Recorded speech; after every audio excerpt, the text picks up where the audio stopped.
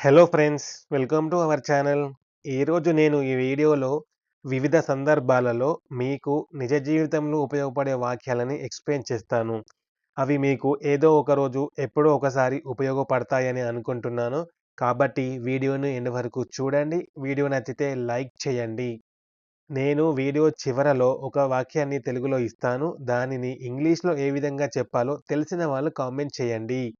ఇక లేట్ చేయకుండా ఈరోజు వీడియోలో ఉన్న వాక్యాలని నేర్చుకుందాం. అతని దగ్గర ఏమీ లేదని నీకు తెలుసా? అతని దగ్గర ఏం లేదు. ఆ విషయం నీకు తెలుసా? అని అడిగే సందర్భంలో do you no he has nothing. Do you know అంటే మీకు తెలుసా? దేని గురించి? He has nothing. అతని దగ్గర ఏమీ లేదని. నథింగ్ అంటే ఏమీ లేదు. నువ్వు నా దగ్గర ఏదో దాస్తున్నట్లు అనిపిస్తోంది. నువ్వు నా దగ్గర ఏదో దాస్తున్నావు. నాకు చెప్పట్లేదు. ఏదో విషయం దాస్తున్నావు అని అంటూ ఉంటారు గదా! అలాంటి సందర్భంలో ఇట్ సీమ్స్ లైక్ అలా అనిపిస్తోంది. దేనిలాగా? You are hiding something. మీరేదో దాస్తున్నట్లు. ఎవరి నుండి? From me. నా నుండి. It seems like you are hiding something from me. నువ్వు ఎక్కడి నుండి వచ్చావు? నువ్వొచ్చావు. కానీ ఎక్కడి నుండి వచ్చావు? అంటే ఏ ఊరు నుండి? ఏ దేశం నుండి? ఆ విధంగా నువ్వు ఎక్కడి నుండి వచ్చావు అని అడగాలంటే where are you from? Where are you from? అని అన్నప్పుడు ఐ యామ్ ఫ్రమ్ ఇండియా లేదా I am from Hyderabad. I am from Warangal. I am from Karimnagar. ఈ విధంగా చెప్పాలి. నువ్వు ఇక్కడికి ఎందుకు వచ్చావు? నువ్వు ఇక్కడికి ఎందుకు వచ్చావు? నువ్వు ఎక్కడి నుండి వచ్చావు అంటే వేర్ ఆర్ యూ ఫ్రమ్ అని అనాలి. నువ్వు ఇక్కడికెందుకు వచ్చావు అంటే why did you come here? Why అంటే ఎందుకు? Did you come here? Here అంటే ఇక్కడ. కమ్ అంటే రావడము. వచ్చావు అంటే ఆల్రెడీ జరిగిపోయింది కదా! అందుకనే డిడ్ ఉపయోగించాము. నువ్వు ఇక్కడ ఉన్నానని లేదా నువ్వు ఇక్కడ ఉన్నావని నీ అన్నయ్యకి చెప్పావా?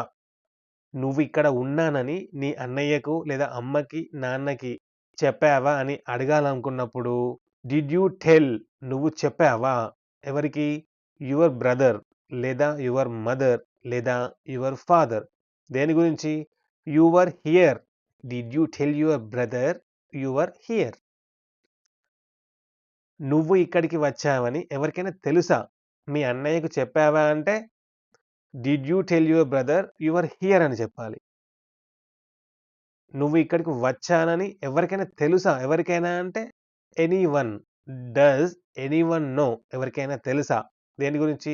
You are here. నువ్విక్కడ వచ్చావని లేదా నువ్విక్కడ ఉన్నావని. Does anyone know you are here?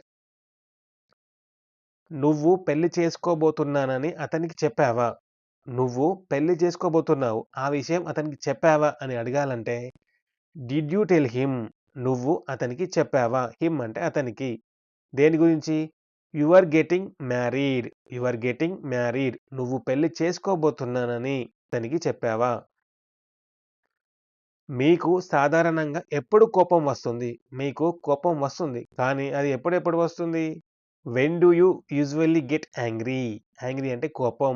Get అంటే పొందడము. ఈ విషయంలో వస్తుంది, రావడము, పొందడం అన్నట్టు. మీరు సాధారణంగా ఎప్పుడు కోపం పొందుతారు అని చెప్పేసి అడగము కాబట్టి ఎప్పుడు కోపం వస్తుంది అంటాం. సో, ఇక్కడ తెలుగు అర్థం ఈ విధంగా ఉంటుంది.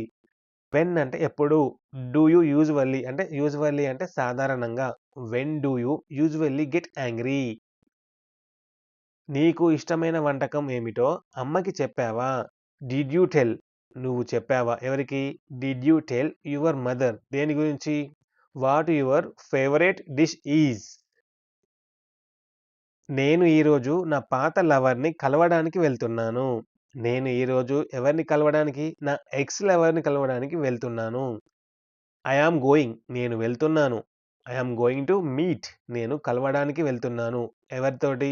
మై ఓల్డ్ లవర్ టుడే లేదా మై ఎక్స్ లవర్ టుడే. ఈరోజు కలవడానికి వెళ్తున్నాను. నాకు ఇప్పుడు బిర్యానీ తినాలని ఉంది. నాకు తినాలని ఉంది. ఏమిటి? బిర్యానీ. ఎప్పుడు? ఇప్పుడు. ఇప్పుడు అంటే నౌ. ఐ ఫీల్ లైక్ నాకనిపిస్తుంది. ఏమని? Eating biryani now. నాకు బిర్యానీ తినాలని అనిపిస్తుంది. నాకు చాలా దాహంగా ఉంది. నాకు చాలా దాహంగా ఉంది. చాలా అంటే వెరీ. దాహంగా ఉండడం అంటే thirsty. I am very thirsty. నాకు ఏం చెప్పాలో తెలియడం లేదు. ఏదైనా విషయంలో మీకేం చెప్పాలో తెలియడం లేదు అనే సందర్భంలో నాకేం చెప్పాలో తెలియడం లేదు. ఐ డోంట్ నో నాకు తెలియదు. దేని గురించి వాట్ టు సే ఏమి చెప్పాలో నాకు తెలియడం లేదు. మాట్లాడే ముందు ఆలోచించండి. ఏదైనా విషయం మాట్లాడే ముందు ఆలోచించి మాట్లాడు అని చెప్తూ ఉంటారు గదా! అలాంటి సందర్భంలో మాట్లాడే ముందు ఆలోచించండి. Think before you speak. Think అంటే ఆలోచించడము. స్పీక్ అంటే మాట్లాడడము. బిఫోర్ అంటే ముందు. యూ అంటే మీరు లేదా నువ్వు. Think before you speak. నీకు బుద్ధి ఉందా? నీకు బుద్ధి ఉందా? Do you have sense? Do you have sense? నేను చెప్పినప్పుడు నువ్వెందుకు వినవు? నేను చెప్పినప్పుడు నువ్వెందుకు వినవు? Why don't you listen? ఎప్పుడు when I say it. Why don't you listen when they say it అంటే వారు చెప్పినప్పుడు నువ్వు ఎందుకు వినవు అని చెప్పవచ్చు. ఇక్కడ ఐ యూజ్ చేశాను కాబట్టి నేను. దే యూజ్ చేస్తే వారు. నాకు నిద్ర వస్తోంది. నాకు నిద్ర బాగా వస్తుంది. I am feeling very sleepy లేదా ఐ యామ్ ఫీలింగ్ స్లీపీ అంటే నాకు నిద్ర వస్తోంది. ఒక్కసారి నా మాట వినండి. ఒక్కసారి నా మాట వినండి. ఒకసారి అంటే once. Listen to me. Listen to me అంటే నా మాట విను లేదా నా మాట వినండి. అతను తన సమయాన్ని తీసుకోనివ్వండి. అతను తన సమయాన్ని తీసుకోనివ్వండి. Let him take his time. Let him take అతన్ని తీసుకోనివ్వండి. దేనిని? His time. అది పూర్తి చేయడానికి అతనికి కొంత సమయం ఇవ్వు. ఏదైనా పని పూర్తి చేయడానికి అతనికి కొంత సమయం ఇస్తే దానిని పూర్తి చేస్తాడు. కాబట్టి గివ్ హిమ్ అతనికి ఇవ్వు. గివ్ హిమ్ సమ్ టైమ్ అంటే కొంత సమయం. దేనికోసము? టు ఫినిష్ ఇట్ అది పూర్తి అవ్వడానికి. నువ్వు నన్ను ఎప్పుడు కలుస్తావు? నువ్వు నన్ను ఎప్పుడు కలుస్తావు? కలవడం అంటే మీట్. నన్ను కాబట్టి మీ.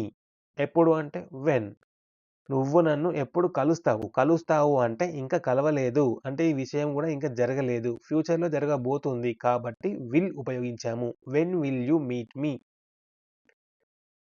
నువ్వు నన్ను ఎందుకు కలిసావు?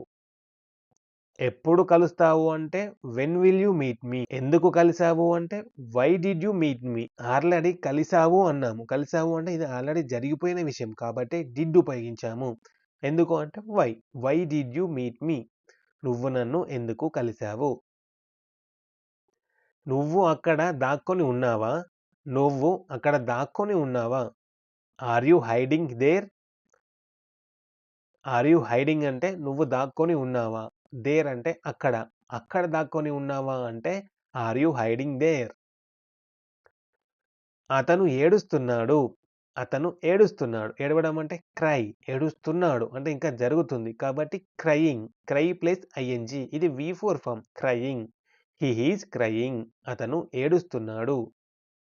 అతను ఆమెను ఏడిపిస్తున్నాడు. అతను ఆమెను ఏడిపిస్తున్నాడు. అతను ఏడుస్తున్నాడు అంటే హి ఈజ్ క్రయింగ్ అని అన్నాము. ఆమెను ఏడిపిస్తున్నాడు అంటే దీనిని ఏ విధంగా ఇంగ్లీష్‌లో చెప్పాలో కామెంట్ సెక్షన్‌లో తెలియజేయండి.